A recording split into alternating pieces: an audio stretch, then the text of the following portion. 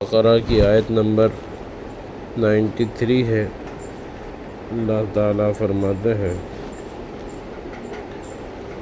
یاد کرو اس وقت کو جب ہم نے تم سے یعنی بنی اسرائیل سے پکا وعدہ لیا اور ہم نے تمہارے اوپر کوہ طور کو اوپر کر دیا۔ یہ بنی اسرائیل جب فرعون ڈوبا اور بنی اسرائیل وہاں سے نکلے تو پھر اب وہ آتے آتے راستے میں انہوں نے دیکھا کہ ایک قوم ہے جو بتوں کی عبادت کرتی ہے۔ تو بنی اسرائیل کو اللہ نے اتنا بڑا معجزہ دکھایا کہ سمندر کے اندر سے راستہ نکلا، اور جب سمندر پھٹا نا تو دونوں سائڈ ایسے تھے جیسے کہ ایک دم پہاڑ، جیسے کہ بیچ سے راستہ جاتا ہے سائڈ میں کیسا پہاڑ پورا کھڑا رہتا ہے، ایسا سمندر کھڑا ہو گیا تھا اور بیچ سے ان لوگ نکل رہے تھے۔ اتنا بڑا معجزہ دیکھا، اور جیسے ہی ان لوگ دوسرے سائڈ میں آئے فرعون اندر چلا گیا اور فرعون نے دیکھا راستہ ہے، چلو اپن بھی راستے سے فائدہ اٹھاؤ۔ جیسے ہی اندر گیا پورا سمندر اس کے اوپر آ گیا، ڈوب گیا۔ اتنا بڑا معجزہ دیکھ۔ اب راستے میں دیکھے کہ یعکفون علی اصنام لہم، تو ایک قوم ہے جو بتوں کی عبادت کرتی ہے، تو موسیٰ علیہ السلام سے کہنے لگے اجعل لنا الہا کما لہم آلہہ، ان کے پاس بھی ایک خدا ہے، ہم کو بھی ایک ایسا خدا لے کر دے دو۔ موسیٰ علیہ السلام نے کہا تم بڑے نالائق لوگ ہو، اتنے بڑے معجزے دیکھنے کے بعد بھی تم لوگ کو سمجھ نہیں آئی۔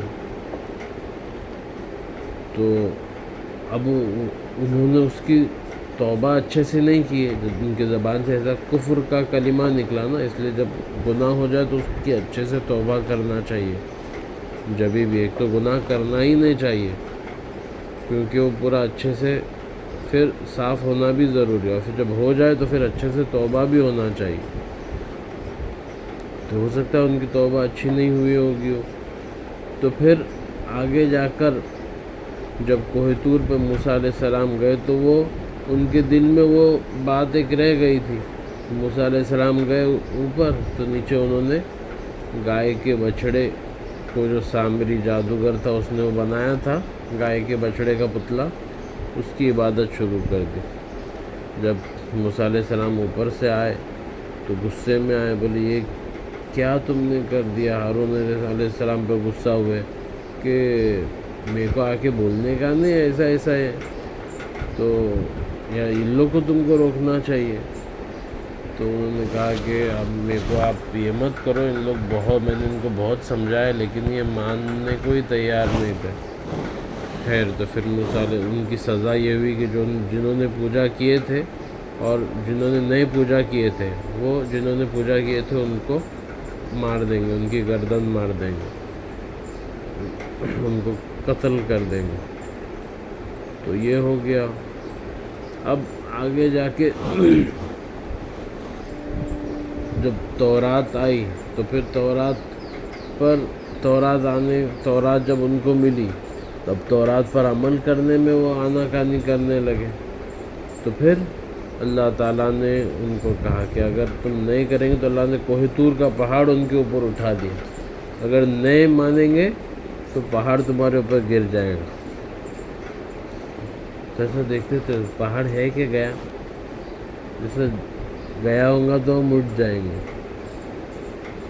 تو پھر تو اللہ وہی فرماتا ہے وَإِذْ أَخَذْنَا مِيثَاقَكُمْ، اور جب ہم نے تمہارے سے پکا وعدہ لیا، وَرَفَعْنَا فَوْقَكُمُ الطُّورَ، اور تمہارے اوپر کوہ طور کو اوپر اٹھا دیا، خُذُوا مَا آتَيْنَاكُمْ بِقُوَّةٍ وَاسْمَعُوا، کہ ہم نے تم کو جو دیا ہے اس کو مضبوطی سے پکڑو اور سنو۔ قالوا، تو کہنے لگے قالوا سمعنا وعصینا، ہم نے سنا تو ہے لیکن ہم مانیں گے نہیں۔ وَأُشْرِبُوا فِي قُلُوبِهِمُ الْعِجْلَ بِكُفْرِهِمْ، اور ان کے کفر کے وجہ سے ان کے اندر گائے کا بچہ اور اس کی عبادت کرنا ان کو پسند آ گیا۔ کیوں؟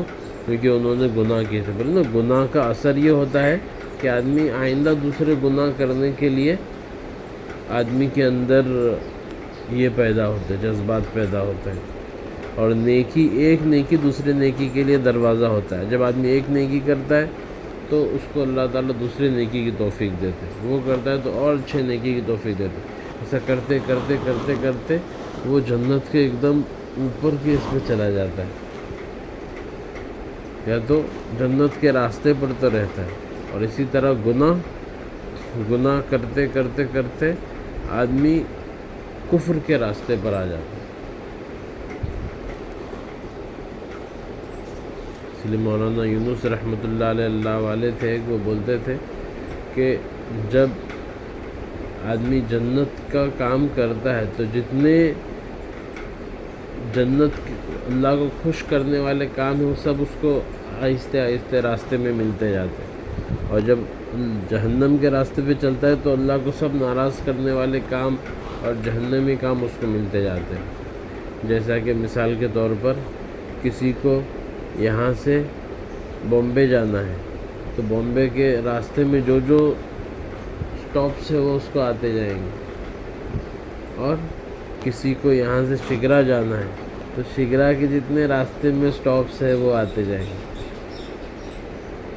وہ ملنے ہی والے۔ اس لیے جنت کا کام، جو جنت کا راستہ لے گا اس کو اللہ کو خوش کرنے والے اس کو راستے میں وہ اعمال اس کو ملیں گے۔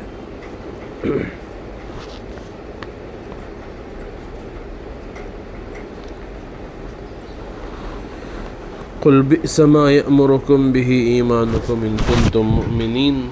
اللہ تعالیٰ فرماتے ہیں کہ اگر تم بولتے ہیں کہ ہم مومن ہیں اور تمہارے اندر گائے کی پوجا اور یہ سب تمہارے اندر یہ آ رہا ہے اور تم کو اس کا شوق ہے اور تم یہ کام کرتے ہو، تو اگر تم مومن ہیں تو تمہارا ایمان تو تم کو بہت بری چیزیں کرنے کے بارے میں بولتا ہے۔ بئس ما یأمرکم بہ ایمانکم ان کنتم مؤمنین۔ قل ان كانت لكم الدار الآخرة عند الله خالصة من دون الناس فتمنوا الموت ان كنتم صادقین۔ اے نبی صلی اللہ علیہ وسلم، آپ ان سے کہہ دیجئے اگر تم سمجھتے ہو، ان لوگوں کا کیا تھا، یہودیوں کا، کہ جنت میں تو صرف ہم جائیں گے، باقی پوری دنیا جہنم میں جائیں گی، صرف ہم لوگ جنت میں جانے والے۔ یہودی ایسا سمجھتے تھے۔ اللہ تعالیٰ کہتے ہیں ٹھیک ہے، تم لوگ ایسا سمجھتے نا کہ جنت میں تم لوگ جائیں گے، تو جنت میں جانے کے لیے تو مرنا پڑتا ہے، تو مرنے کی تمنا کرو کہ ٹھیک ہے ہم اللہ تعالیٰ سے مرنے کی تمنا کرو، پھر تم فوراً جنت میں چلے جائیں گے۔ تم کو یہ ہے نا کہ صرف تم لوگ ہی جنت میں جانے والے، تو مرنے کی تمنا کرو تم لوگ، پھر تم لوگ جنت میں جائیں گے نا۔ وَلَن يَتَمَنَّوْهُ أَبَدًا، قرآن کہتا ہے کہ یہ کبھی بھی مرنے کی تمنا نہیں کریں گے، بِمَا قَدَّمَتْ أَيْدِيهِمْ، کیونکہ ان کو معلوم ہے انہوں نے دنیا میں کیا کرتوت کیے ہیں۔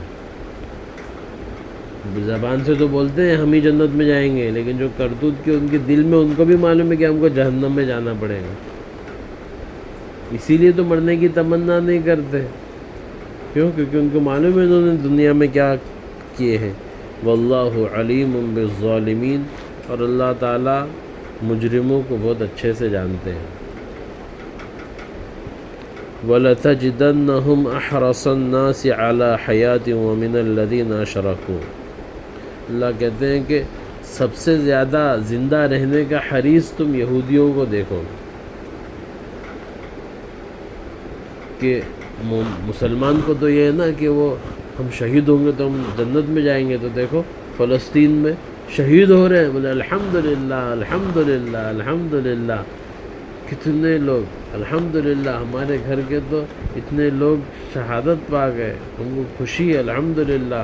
ماں بیٹے کے بارے میں بولتی ہے، گھر والوں کے بارے میں بولتی ہے الحمدللہ۔ اور یہ ان کے اسرائیل میں ایک میزائل گرا تو سب کے سب ایئرپورٹ پہ پہنچے اسرائیل چھوڑنے کے لیے۔ جب پہلے 7 اکتوبر کا یہ ہوا، جب بھی پورا ایئرپورٹ بھر گیا، سب گتم گد ہم کو باہر لے کے چلو، باہر لے کے چلو۔ اگر تم لوگ بول رہے کہ تم لوگ ڈائریکٹ جنت میں جانے والے تو رکو، وہاں پر تھوڑے ملیں گے اچھے رٹے تو سمجھ میں آئے گا۔ ابھی بھی جب واپس یہ ہوا، جیسے ہی میزائل گرے اسرائیل پہ، تھوڑے میزائل نہیں گرے کہ ان کا پورا ایئرپورٹ بھر جاتا ہے، یہاں سے بولے ہم کو باہر امریکہ لے کے چلو، یورپ لے کے چلو، ہم کو بچاؤ، ہم کو بچاؤ۔ وہاں جو کر رہے ہو کچھ اس کا یہ نہیں، یہاں ایک اور ہمیشہ سے، ابھی نہیں، پوری دنیا کبھی بھی ذرا یہودیوں پر کچھ یہ ہوگا نا، ایک دم پورے سب کی حالت خراب ہو جاتی۔ بہت ڈرپک قوم، بہت ڈرپک قوم۔ ذرا تھوڑے یہودی مرے کہ ان کی حالت پتلی ہو جاتی ہے۔ قرآن کہتا ہے وَلَتَجِدَنَّهُمْ أَحْرَصَ النَّاسِ عَلَى حَيَاةٍ، تم دیکھو گے کہ سب سے زیادہ زندہ رہنے کے حریص یہ یہودی ہیں۔ وَمِنَ الَّذِينَ أَشْرَكُوا، یعنی مشرکین، جو مشرک لوگ ہیں ان لوگ سے بھی سب سے زیادہ زندہ رہنے کی ان کو زیادہ حرص ہے۔ یود احدہم لو یعمر 1000 سنہ، ان میں کا ایک آدمی یہ چاہتا ہے کہ ہم 1000 سال دنیا میں رہنا چاہیے۔ اللہ تعالیٰ کہتے ہیں کہ اگر 1000 سال رہے بھی تو آخر میں تو مرنا ہے، اور مرنے کے بعد جہنم میں جانا ہے، تو اللہ کے عذاب سے تم کو بچائیں گا کون 1000 سال کے بعد بھی؟ دنیا میں رہے بھی 1000 سال اس کے بعد۔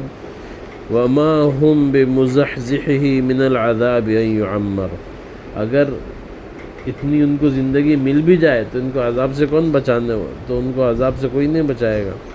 وَاللَّهُ بَصِيرٌ بِمَا يَعْمَلُونَ، اور یہ جو کرتے ہیں اس کو اللہ اچھے سے دیکھ رہے ہیں۔ صدق اللہ العظیم۔